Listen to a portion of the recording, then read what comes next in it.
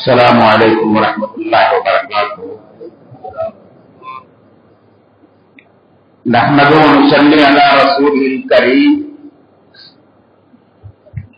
أما بعد فقد قال الله تعالى في كلامه الكريم والفرقان المجيد: أعوذ بالله من الشيطان الرجيم. بسم الله الرحمن الرحيم. قد أفلح من تزكى وذكر اسم ربه فصلى. صدق الله مولانا العلي العظيم. اللهم صل على سيدنا محمد شمس الأنبياء وبدر المرسلين وكتب الأولياء وافتخار المتقين تاج الأمة شفيع المذنبين شفيع يوم القيامة الله يا آبي.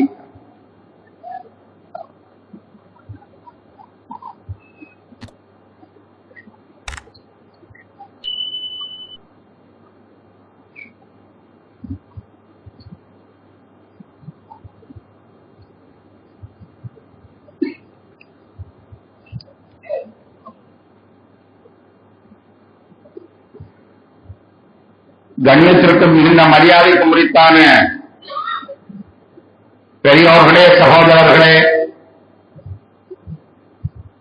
உங்கள் அனைவருக்கும் ஈதுல் ஃபித்ர் ஈகை பெருநாள் வாழ்த்துக்களை நான் தெரிவித்துக் கொள்கிறேன்.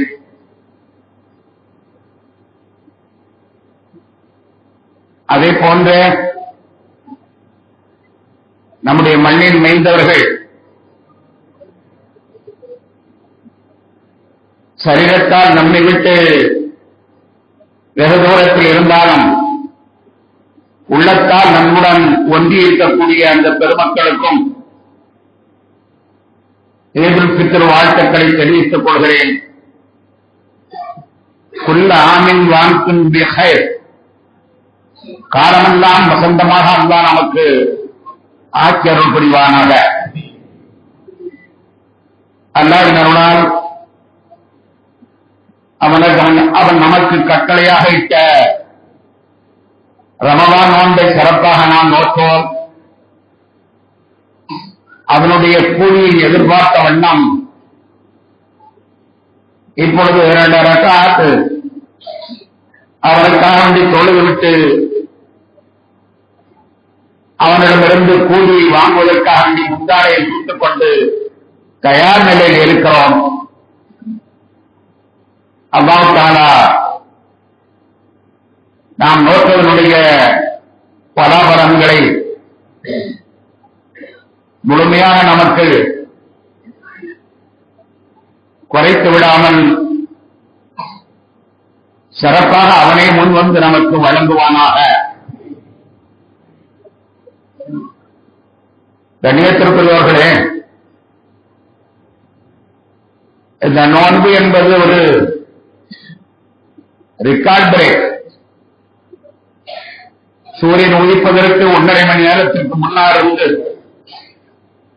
சூரியன் மறையும் வரை சுமார் 14 மணி நேரம் 14 மணி நேரம் அன்ன ஆகாரமின்றி உணர்வுகளை கட்டுப்படுத்தி இருக்க என்பது உலகத்தில் ஒரு பெரிய முறியடிக்க முடியாத ஒரு சாதனையாகும். வேறு எவராலும் இப்படி 14 மணி நேரங்கள் உண்ணாமல் பருகாமல் எச்சில் நீரில் கூட விழுங்காமல் இருப்பது என்பது சாத்தியமான ஒன்று அல்ல. ஏன் நாம் கூட ரமலான் இல்லாமல் 16 மணி நேரம் எப்படி நம்மால் இருக்க முடியுமா? நோன்பு இல்லாமல் நோன்பு வைக்காமல் 14 மணி நேரங்கள் நம்மால் இப்படி இருக்க முடியுமா? எத்தனையோ வியாபார நேரங்கள் இருக்கிறது, எத்தனையோ முக்கியமாக நாம் ஈடுபட நேரம், தண்ணீர் கூட நேரம் இல்லாமல் நாம் இருக்க வேண்டிய சூழ்நிலை ஏற்படுகிறது. அந்த இடத்திலெல்லாம் நம்மாலே கூட 14 மணி நேரங்கள் எச்சரி விழுங்காமல் இருக்க முடியுமா என்றால் நிச்சயமாக நம்மால் கூட முடியாது. உலகத்தில் வேறு எவராலும் முடியாது. உண்ணாவிரதம் என்று சொல்வார்கள். குளிர்பானங்களில் வயல் நிறைய வயல் முட்டை குடிப்பார். விரதம் என்று சொல்வார்கள். நாம் பலகாரங்கள் சாப்பிட்டுக் கொள்ளலாம் என்று சொல்வார்கள். இப்படியாகத்தானே பலதரப்பட்ட விரதங்கள் இருந்தாலும் கூட எச்சிலை கூட விளங்காமல் 14 மணி நேரம் இருத்தல் என்பது ஒரு பெரிய சாதனை. இந்த சாதனை எதனால் முடிகிறது என்றால், அல்லாஹ் ஆணையிட்டு விட்டால் அவன் ஆணையை நாம் செயல்படுத்த வேண்டும். அதுதான் நமக்கு பலம், அதுதான் நமக்கு தாங்கும் சக்தி. அந்த அல்லாஹ்வுடைய உத்தரவுக்காக வேண்டித்தான் நம்மால் இவ்வாறு இருக்க முடிந்தது. அல்லாஹ் இந்த நேரத்தில் மிகப்பெரிய மகிழ்ச்சி அடைகிறார். பொதுவாக உலகத்தின் வரலாறுகளை நீங்கள் சிந்தித்து பார்த்தீர்களே, ஆனால் மனிதனால் செய்ய முடியாத ஒரு வேலையை அல்லாஹ் சொல்லுவான். அதை செய்துவிட்டால் அல்லாஹ் அப்படியே இவர்கள் மீது அன்பை பொழிய ஆரம்பித்துள்ளார். இதுதான் உலகம் தோன்றியதிலிருந்து இதுவரைக்கு நடந்த வரலாறு. குர்ஆனில் கூட பல வரலாறுகளை நமக்கு எடுத்துச் சொல்கிறது. மனிதனால் செய்ய முடியாத வேலையை அல்லாஹ் சொல்லுவான். என் அல்லாஹ் சொல்லிவிட்டால் நான் செய்வேன் என்று இவன் பிடிவாதமாக இருந்த அந்த செயலை நிறைவேற்றி கொடுத்து விட்டான் என்றால் அல்லாஹ் அவ்வளவு பெரிய மகிழ்ச்சி அடைந்து விடுகிறான். அப்படிப்பட்ட ஒரு மகிழ்ச்சியை சார்ந்ததுதான் இதுவும் கூட. நம்மால் செய்ய முடியாது, ஆனால் அல்லாஹ்வுக்காண்டி செய்கிறோம். அல்லாஹ் நமக்கு மகிழ்ச்சி அடைகிறான். கொட்டல் காட்டிலே ஒரு கட்டடத்தை கட்டு என்று அல்லாஹ் உத்தரவிட்டார். அந்த கட்டடம் எப்படி இருக்க வேண்டும் என்பதற்கான வடிவமைப்பையும் அவன் கூறி ஒரே ஒரு மனிதரை கூப்பிட்டு சொல்லுகிறார். ஒரே ஒரு மனிதர், தனி மனிதரை கூப்பிட்டு சொல்லுகிறார். இப்ராஹிம்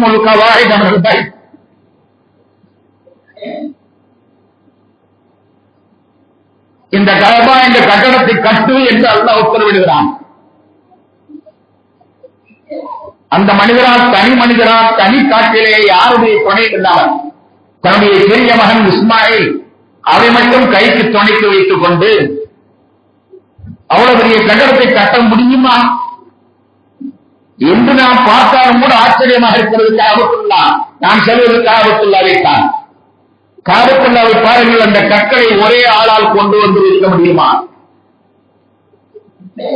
ஜின்னு கூட கட்ட முடியாது என்று நாம் சொல்லுகிற அளவிற்கு ஒரு சின்ன குடும்ப கூட சக்தி, எந்த விதமான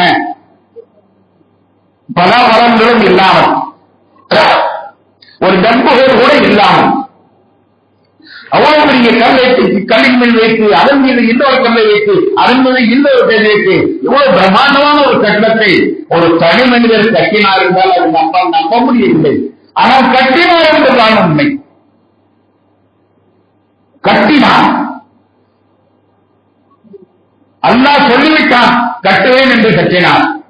காபத்துல்லாவை பாருங்கள், 5000 ஆண்டுகளும் கூட அந்த கட்டடம் சிறையே இல்லை என்பது மட்டுமல்ல, என்றும் அது புதுமையாக காட்சியளிக்கிறது. அது ஒரு தனி மனிதனால் கட்டப்பட்டது. ஏன்? அல்லாஹ் சொன்னான் செய்கிறேன், அல்லாஹ் சொன்னான் செய்கிறேன் என்று அவர் செய்து முடித்தவுடன் அல்லாஹ் தஆலாவுக்கு மகிழ்ச்சி பொங்குகிறது. தன்னுடைய அறியான் செய்ய தெரியாது, செய்ய தெரியாத செயலை அவன் செய்கிற பொழுது அல்லாஹ்வுக்கு மகிழ்ச்சி பொங்குகிறது.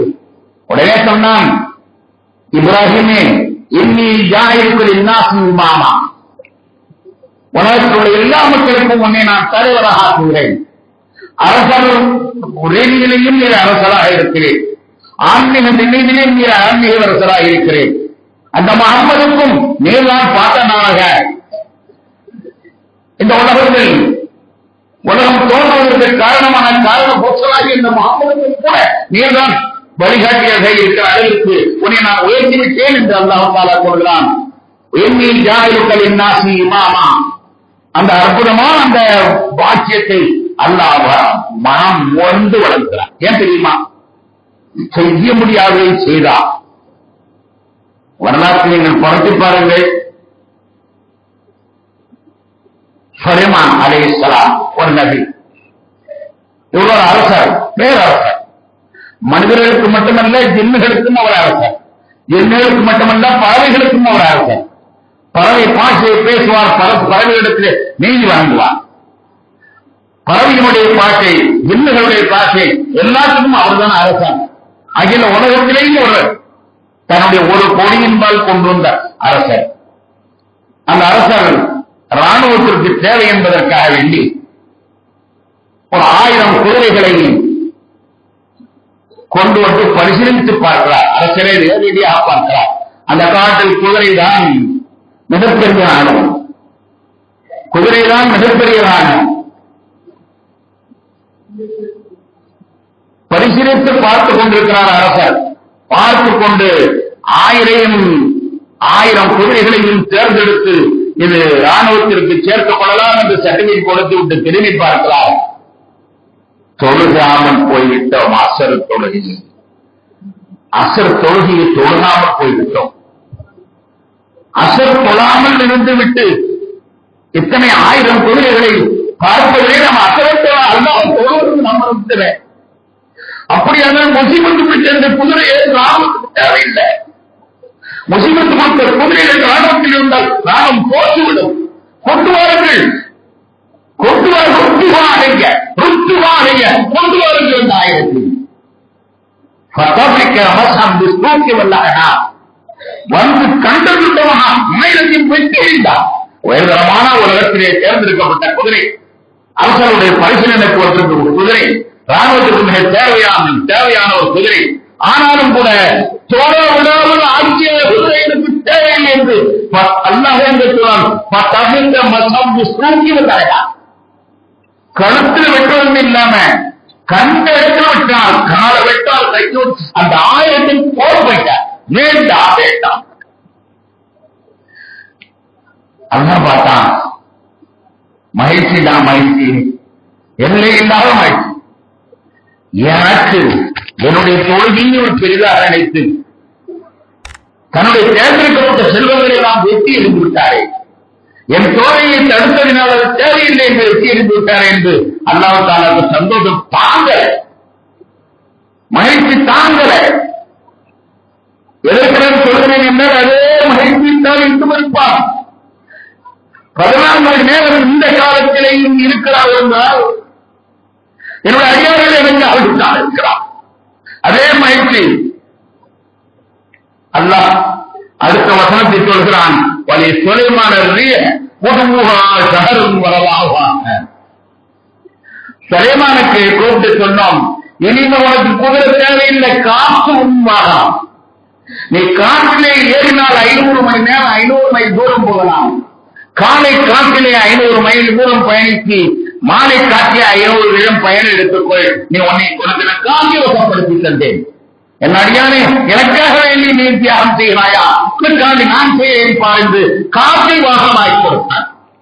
காற்றிலே பறந்த மனிதர் செய்தினால் சுலைமான் அளிக்கிறான். அவருக்கு அந்த சக்தி எதனால் கிடைக்கிறான்? அல்லாஹ் அன்பளிப்பு கொடுத்தது. செய்தனா மூசா அளிக்கிறான். 6 லட்சம் மக்களுக்கு தலைவராக இருக்கிறார்கள். திடீரென்று அல்லாஹ் தஆலா ஒரு நாள் அவர்களை கூப்பிடுகிறார்.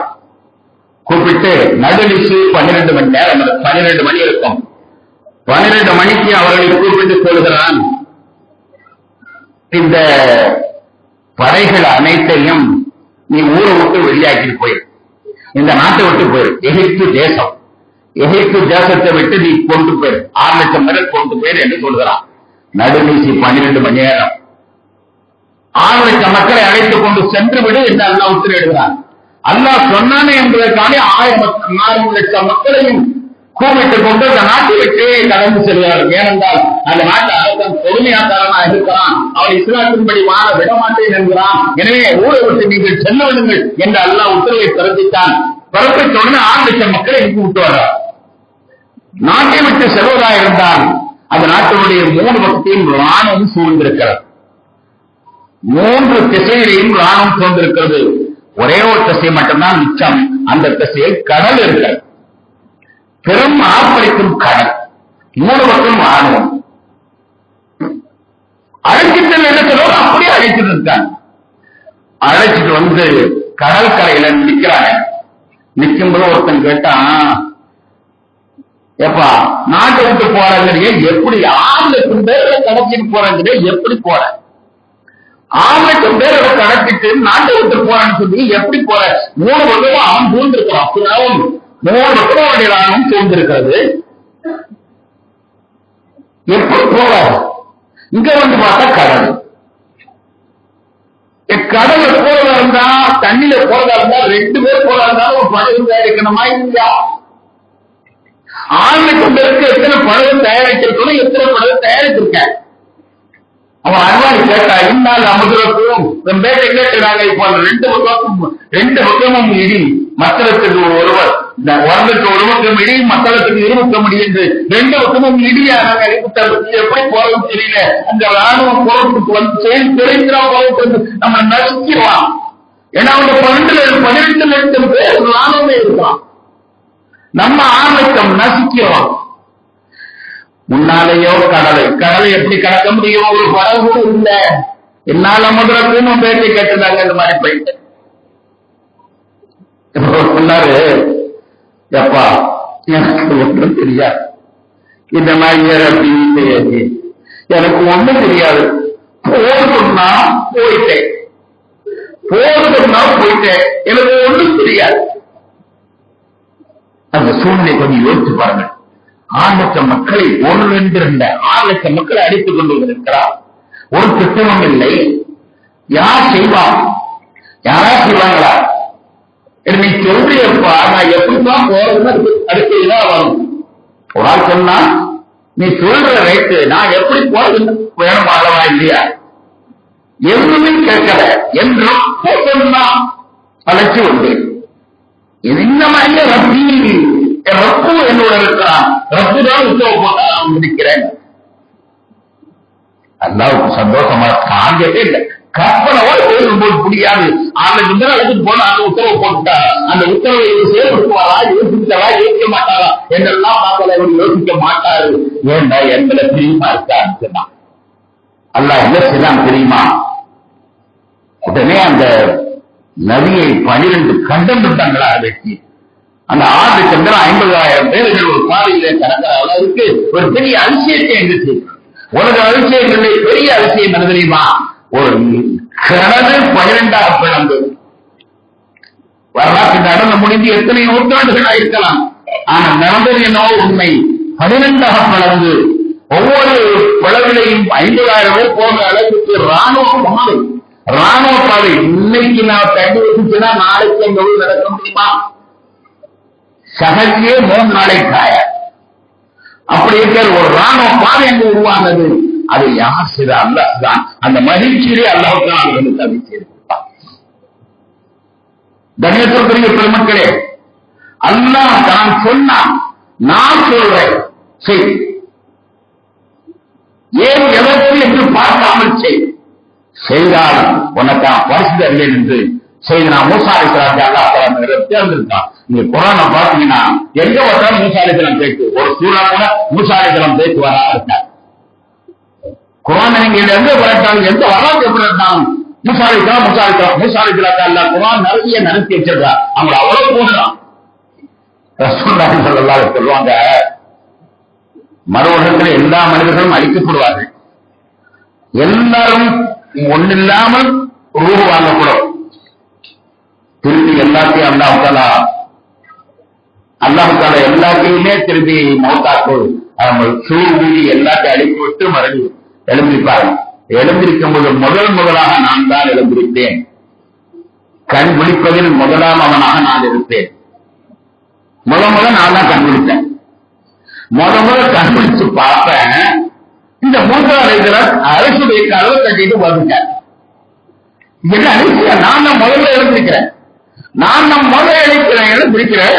ஆனா நான் எழுந்திருக்கு கண் பார்க்கும் போது மூசா அலைஹிஸ்ஸலாம் அரசு கட்டுகின்றார். அப்ப அவருக்கு இந்த மோட்டல் ஏற்படலையா என்ன ஆச்சுன்னு தெரியல. ஏன்னா நான் தான் முதல்ல எழுந்திருக்கிறேன். நான் தான் முதலில் எழுந்திருக்கிறேன். அல்லாஹ்வுடைய அரசை முதலில் கட்டிக் கொண்டிருக்கிறார். அல்லாஹ் போட்டான். காரணம் என்ன?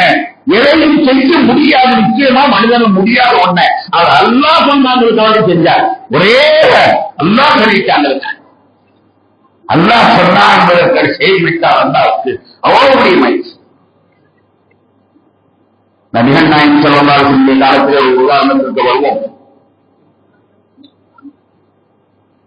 அருமை நாயகம் ஸல்லல்லாஹு அலைஹி வஸல்லம் அவர்கள் மக்காவில் இருக்கும் வரை கடுமையான தொல்லைக்கு உட்பட்டார்கள். கடைசியில் அவர்களை கொல்றதுக்கு முயற்சி பண்ணிட்டாங்க. வீட்டை சுற்றி எல்லாரும் நிற்கிறாங்க, ஊருக்காரங்க பூரா.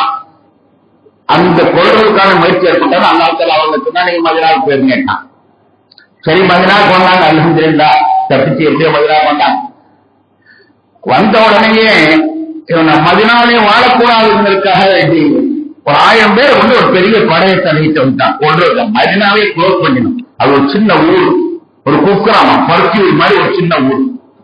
அந்த ஊர் அடிச்சிடலாம்னு சொல்லிட்டு 1000 பேர் கிளம்பி வந்தான். 1000 பேர் கிளம்பி வந்தோடனே அதே நாயகம் ஸல்லல்லாஹு அலைஹி வஸல்லம் சொல்றாங்க, இருக்கக்கூடிய மக்கள் எல்லாம் எண்ணி பார்த்தாங்க 300-313 பேர் சேர்ந்து, சிறுவர்கள் பெரியவர்கள் உட்பட ஆண்கள் ஒரு 313 தான் அந்த ஊர்ல சேர்ந்தாங்க. அவங்க எல்லாம் போகிட்டு இந்த மாதிரி 1000 பேர் எதிர்க்கணும் சொல்லி கூப்பிடுறாங்க. 1000 பேர் எதிர்க்கணும். வேற வழியில் எதிர்த்து ஆகணும். எப்படியாவது நம்மளை கொள்ளணுங்கிற திட்டத்தில் 1000 பேர் வந்திருக்கா. உடனே இந்த 313 பேர் புறப்பட்டான். அல்லாஹ் சொன்னான் என்பதற்காக 313 பேர் புறப்பட்டான். புறத்து களத்திலே போய் சென்று பார்த்தால் எதிரிகள் ஆஜானு பாதுகாக இருக்கிறார்கள். ஒவ்வொருவரும் பல ஊருக்கு சட்டைகளை அணிந்திருக்கிறார்கள். கைவிலேயே வாழ்கள் உண்ணிக்கொண்டு தகர்த்துக் கொண்டிருக்கிறார். ஒவ்வொருவரையும் பார்க்கும் பொழுது பெரிய பயிற்சி பெற்ற வீரர்களை கொண்டிருக்கிறார். 1000 பேரும். இந்த அணி 313 பேர்கள். ஒருவருக்கும் சட்டை உடைக்கிற பேர் கிடையாது. கையிலே அறுவாளையும் வெறும் முழாக்க குறைகளும் தண்ணீர் வைத்துக் கொண்டு கத்தி கப்பரா இவர்களை வைத்துக் கொண்டு நிற்கிறார்கள். அவன் அனைவரும் வாழ வைத்துக் கொண்டு நிற்கிறான். இங்கே கத்தி, பழைய கத்தி, இரும்பு கத்தியா வீட்டில் உள்ள எல்லாத்தையும் நினைக்கிறார். இவரிடத்தில் போராடுங்கள் என்று சொல்லுகிற பொழுது யாராவது செய்வாங்களா? அல்லாஹ் சொன்னான் என்று ரசூலுல்லாஹ் சொன்ன உடனே அல்லாஹ் சொன்னான், நாங்க தயார் என்று அந்த 313 வந்தார். அல்லாஹ் சொன்னதை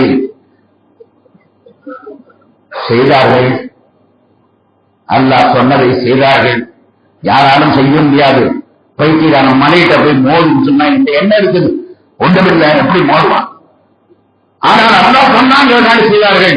கடைசியில் அல்லாஹ் வெற்றி கொடுத்தது மட்டுமல்ல, என்ன சொன்னான் தெரியுமா? ஏமலும் ஆசைக்கும் பகது கபத்தலுக்கும் இத்தனா என்னவலா அகரிபதில் வெற்றி கிடைத்தவர்கள் அல்லாஹ் எட்டி பார்த்தான். அரசிலிருந்து பகவாசியை எட்டி பார்த்தான். எட்டி பார்த்து சொன்னான், அடியார்களே, நீங்க இனிமேல் எவ்வளவு பாவம் வேண்டாலும் செய்து கொள்ளுங்கள், உங்கள் எல்லாத்தையும் நான் முதலிலே மன்னித்து விட்டேன் என்று சொல்கிறார். இதுவரைக்கு நடந்ததை மன்னிப்பதல்ல, இனிமேல் வாழ்க்கை வரை நீங்கள் எவ்வளவு தவற வேண்டாலும் செய்து கொள்ளுங்கள், உங்களுக்கு நான் அனுமதிக்கிறேன். இத்தனாவது அகழ்வதேன் பகவாசி என்று அண்ணாத்தை எட்டி பார்த்தான். எட்டி பார்த்து சொன்னான், கது வசத்தவன் ஏன் அதுவும் ஆசிரித்தம் என்ன வேண்டாலும் செய்யுங்க. இப்படி ஒரு பாக்கியத்தை அல்லாஹ் கொடுக்கிறான். எது கொடுக்கிறான் என்றால் செய்ய முடியாதை செய்தார். நான் அதைத்தான் சொல்கிறேன். இப்ராஹிம் அலைஹிஸ்ஸலாம் கட்ட முடியாதை கட்டினார்கள். மூசா அலைஹிஸ்ஸலாம் மக்களை கொண்டு வந்து நிறுத்தினார்கள். அதே போன்ற சுலைமான் அலைஹிஸ்ஸலாம் அல்லாஹ்வுக்காண்டி அந்த தியாகத்தை செய்தார்கள். இதெல்லாம் குர்ஆனிலே சொல்லப்படக்கூடிய வரலாறு. என்ன சொல்கிறது? அல்லாஹ் சொன்னாலும் செய்ப்பா, கிடைக்கும். நம்மளும் சில பேருக்கு தொழுவு தோணா, சரி தொழுவோம், தொழுதுனால என்ன கிடைக்கும்? யோகா சக்தி இருக்குமா? சில பேர் யோகா தொழில யோகா இருக்கிறது, அதனால நம்ம யோகா செய்வோம். தொழில் அது இருக்கு, இது இருக்கு. அல்லாஹ் சொன்னாங்கிறதுக்கான நீ செஞ்சினா அல்லாஹ் வந்து மிகப்பெரிய மகிழ்ச்சி அடையும். தொழுண்டா தொழுறாங்க. எத்தனை பேர் நம்ம இடத்துல தொழுகிறோம்? நோன்பு வைக்கணும்னு சொல்றாங்க. எத்தனை பேர் நோன்பு வைக்கிறோம்? அல்லாஹ் சொன்னாங்கிறதுக்காக சக்காத்து பூ எடுக்கிறான். சக்காத்து கொடுத்தா பொருள் வளருமா குறையுமா? 1000 ஜக்காத்து கொடுத்தா 25 ரூபா போக 975 ரூபா தான் வரும். ஜக்காத்து கொடுத்தா பொருள் வரலுங்கிறீங்க, எப்படி வளரும்? ஜக்காத்து கொடுத்தா எப்படி பொருள் வளரும்? 1000 ரூபாய் கொடுத்தா 25 ரூபா கொடுத்தா 975 ரூபா வரும் சொல்றீங்க. அல்லாஹ் சொன்னா செய்வோமா? ஹஜ்ஜிக்கு போப்போ பணக்காரனாக, ஹஜ்ஜிக்கு போக பணக்காரனா, ஒரு தடவை ஹஜ்ஜி போனா கதில காலி இருந்த கப்பாசிட்டியும் போயிடுச்சு. ஒரு தடவை ஹஜ்ஜிக்கு போனா 10 லட்சம் காலி இருந்த கப்பாசிட்டியும் போயிடுச்சு. இவன் எப்படி பணக்காரனாவா? ஹஜ்ஜிக்கு போனா பணக்காரனாவான்னு சொல்லி நீ எப்படி கேட்காத. அல்லாஹ் என்ன சொன்னாலும் உடனே கட்டுப்படு. கட்டுப்படு சொன்னா உன் மீது அல்லாஹ் மிகப்பெரிய பிரியத்தை கொண்டு வருவான். எதுவா இருந்தாலும் சரி அல்லாஹ் சொல்றானா உடனே நீ செய்தான் அல்லாஹ் உனக்கு பண்பனதாக தருவான். அதுதான் இங்கு நடந்து கொண்டிருக்கிறது. அல்லாஹ்வின் அருளால் கண்ணியத்திற்குரிய பெருமக்களே, அல்லாஹ் தஆலா நோன்பு வைக்க சொன்னான். நான் நோன்பு வைக்கும் நோன்பு சிறப்பாக நான் நோன்பு நோட்டோம். இந்த நோன்பு நம்மால் வைக்க முடியாது. பெரிய ஆச்சரியம். குழந்தை பிள்ளைகள் 6 வயசு 8 வயசு 10 வயசு என்ன ஏன் நீங்கள் நோன்புக்கு எழுப்பல, அதனால் இன்னைக்கு போல நான் பட்டி கிடக்க போறேன் என்று சொல்ல போராட்டம் போகக்கூடிய பிள்ளைகள் அவை எல்லாம் வைக்கிறாங்க. அவங்களால முடியுது. எப்படி முடியுது என்று சொன்னால் அல்லாஹ் பாடுவர் செய்தார்கள். இதெல்லாம் அல்லாஹ் மிக சந்தோஷமாக ஏற்றுக்கொள்கிறான். சந்தோஷமா ஏற்றுக்கொண்டு பராத் யாரவுதான் அவன் உலகத்திற்கு வருவான். பராத் இறங்கித்தான் வானம் இறங்கி வருவான். ஆனால் பெருநாள் நோன்பு பெருநாள் தொழுகை நேரத்தில் தொழுகை முடிந்தவுடன் அல்லாஹ் வானத்துக்கு வருகிறான். சொல்லாங்க அல்லாஹ் வானத்துக்கு வந்து என்னுடைய அடியார்கள் பசித்திருந்தார்கள், ஒழித்திருந்தார்கள். எனவே அவர்களுக்கு நானே கூலியை கொடுக்கிறேன். மலக்களை கூலி அடைக்கலாம். மலக்களே இங்கே வாருங்கள். இவர்களைத்தான படைக்க வேண்டாம் என்று சொன்னீர்கள். மனிதனை படைக்கிறேன் என்று சொன்ன உடனே என்ன சொன்னீர்கள்? நீங்கள் எல்லாம் இவர்கள் எல்லாம் ரத்த ஆறுகளை ஊட்டுவார்கள், குழப்பம் பண்ணுவார்கள். ரப்பகரின் மலக்கத்தை இன்னி ஜாயம் செல்லாது ஹனிபா குழப்பம் பண்ணுவார்கள், ரத்தத்தை ஓட்டுவார்கள். இவர்களையா படைக்கப் போகிறேன் என்று கேட்டீர்களா? இல்லையா? ஆமாம். ஆனால் இப்போது பாருங்கள், என்னுடைய அடியார்கள் எனக்கு ஆகி நான் சொன்னதற்கான 14 மணி நேரம் பச்சை தண்ணி போட்டாங்க. நான் சொல்றதை கேட்டு இருக்கிறார்கள் அல்லவா? ஐயா, இவர்களை படைக்க வேண்டாம் என்று சொன்னீர்களே வந்து வாழ்க்கை பாருங்கள். ஒரு அடியார் தன்னுடைய வேலையை முழுமையாக செய்து விட்டால் அவனுக்கு என்ன செய்ய வேண்டும்? யாரெல்லாம் முழுமையான கூலியை கொடுத்து போய் சொல்லுங்கள், போய் சொல்லுங்கள். அவன் முழுமையான கூலியை கொடுத்து விட்டேன். அற்புதமான இந்த நேரத்திலே நாம் அமைந்திருக்கிறோம். இந்த ரமலான் அல்லாஹ் நம்மை பொருந்திக் கொண்டு நமக்கு அளப்பரிய கூலிகளை தந்தரப்படி வாழாக என்று அல்லாஹ்விடத்தில் நாம் துஆ செய்வதாக, இதிலிருந்து பாடம் பெற்றுக் கொள்வோமாக. எதுவும் அல்லாஹ் சொன்னான் நாம் செய்ய வேண்டும். அதுல நல்லது இருக்குதா, கெட்டது இருக்குதா, யோகா இருக்கிறதா, விஞ்ஞானம் இருக்கிறதா, ஆரோக்கியம் இருக்கிறதா, ஆரோக்கியம் இல்லையா என்பதையெல்லாம் பார்க்காமல் அல்லாஹ் சொன்னான் என்பதற்காக செய்யக்கூடிய நல்ல அடியார்களாக நாம் மாற வேண்டும். அல்லாஹ் நமக்கு முழுமையான அற்புதியை தந்து அதன் மூலமாக நம்முடைய வாழ்வு சிறக்க, நம்முடைய குடும்பம் சிறக்க, நம் நாடு சிறக்க அல்லாஹ் கொள்வானாக என்று இறைவனிடத்தில் பிரார்த்தனை செய்யுமாக. அல்லாஹ் தஆலா அருள் புரிவானாக. கண்ணியத்திற்குரிய அடியார்களே, நல்லவர்களே, அல்லாஹ்வின் அருளால் ரமலான் தொழுகை, நோன்பு பெருநாள் தொழுகை, ஈதுல் ஃபித்ர் என்பதாக அரபியிலே கூறுவார்கள். இந்த ஈதுல் ஃபித்ருடைய தொழுகை 2 ரக்காத்து அதிகமான 6 தக்பீருடன் இந்த இமாமை பின்பற்றி தொழுகிறேன். ஈதுல் ஃபித்ருடைய தொழுகை 2 ரக்காத்து வாஜிபு. ஷாஃபிகள்ல சுன்னத்து, ஹனஃபிகள்ல வாஜிபு. ஆக 2 ரக்காத் ஈதுல் ஃபித்ர் தொழுகையினுடைய நோன்பு பெருநாள் தொழுகை 2 ரக்காத்து வாஜிபு, அதிகமான 6 தக்பீருடன் இந்த இமாமை பின்பற்றி தொழுகிறேன் என்று நியத்து வைத்துக் கொள்ள வேண்டும். நியத்து வைக்கப்பட்ட பிறகு அல்லாஹ் அக்பர் என்று இமாம் தக்பீர் கட்டுவார். தக்பீர் கட்டி பழமையாக ஓதக்கூடிய வஜ்ஜத்து அல்லது சனா, ஷாஃபிஈல வஜ்ஜத்து என்று சொல்வார்கள். அனபிய சனா சுப்ஹானக அல்லாஹும்ம வ பிஹம்திக வ தபாரக இஸ்முக வ தஆலா ஜத்துக வ ஜல்லத் வ லா இலாஹ இல்லா அன்த என்ற சனாவை ஓத வேண்டும். ஓதி முடித்தவுடன் 3 தடவைகள் அல்லாஹு அக்பர், அல்லாஹு அக்பர், அல்லாஹு அக்பர் என்று 3வது தடவை நாம் கட்டிக்கொள்ள வேண்டும். அல்லாஹ் 2 தடவை விட்டு 3வது தடவை நாம் கட்டிக்கொள்ள வேண்டும். அதன் பிறகு வளமையான கராத்தி அவர்கள் ஓதிக் கொண்டிருப்பார்கள். 2வது ரக்காத்தில் குனிய போறதற்கு முன்னால், சூரா ஓதி முடித்ததற்கு பிறகு குனிய போறதற்கு முன்னால் 3 தடவைகள் கையை விட்டு அல்லாஹு அக்பர், அல்லாஹு அக்பர், அல்லாஹ் அக்பர் என்று கட்டிக்கொள்ள வேண்டும், கையை விட்டு விட வேண்டும். 4வது தடவை அல்லாஹ் அக்பர் என்று குனிய வேண்டும். முதல் ரக்காத்திலே 3 தடவை 3வது தடவை கட்டிக்கொண்டோம். 2வது ரக்காத்திலே 4 தடவை, அந்த 4வதிலே குனிந்து கொள்ள வேண்டும். மற்றபடி வலிமையான தொழுகை தான். அமைதியாக இருந்து அந்த தொழுகையை நாம் தொழுது நிறைவேற்றுவோமாக. மீண்டும் ஒரு தடவை சொல்லிக் கொள்கிறேன். நோன்பு பெருநாள் தொழுகை 2 ரக்காத்து வாஜிபு அதிகமாக தக்பீருடன் இந்த இமாமை பின்பற்றி தொழுகிறேன். நவைத்து அன் ஸல்லல்லாஹு தஆலா ஸலாத்த ஈதுல் ஃபித்ர் ரகாத்தைனி வாஜிபா மாசிஃபி தக்பீராத்தின் தவாய் முக்ததின் பிஹாதுல் இமாம் சரி என்பதாக அரபியில் வைத்துக் கொள்ள வேண்டும். தக்பீர் கட்டியவுடன் சனாவோலியுடன் 2 தடவைகள் கையை விட்டுவிட்டு 3வது தடவையிலே கட்டிக்கொள்ள வேண்டும். 2வது ரக்காத்திலே புரிவதற்கு முன்னால் 3 தடவைகள் அல்லாஹ் அக்பர், அல்லாஹ் அக்பர் என்று கையை விட்டு 4வது தடவை ருக்கூ சேர்ந்து கொள்ள வேண்டும். அல்லாஹ் நம்முடைய எல்லா அமலையும் கபூல் செய்வானாக. வஆகிரு தஅவானா அல்ஹம்துலில்லாஹி ரப்பில் ஆலமீன். அஸ்ஸலாமு அலைக்கும் வரஹ்மத்துல்லாஹி வபரகாத்துஹு.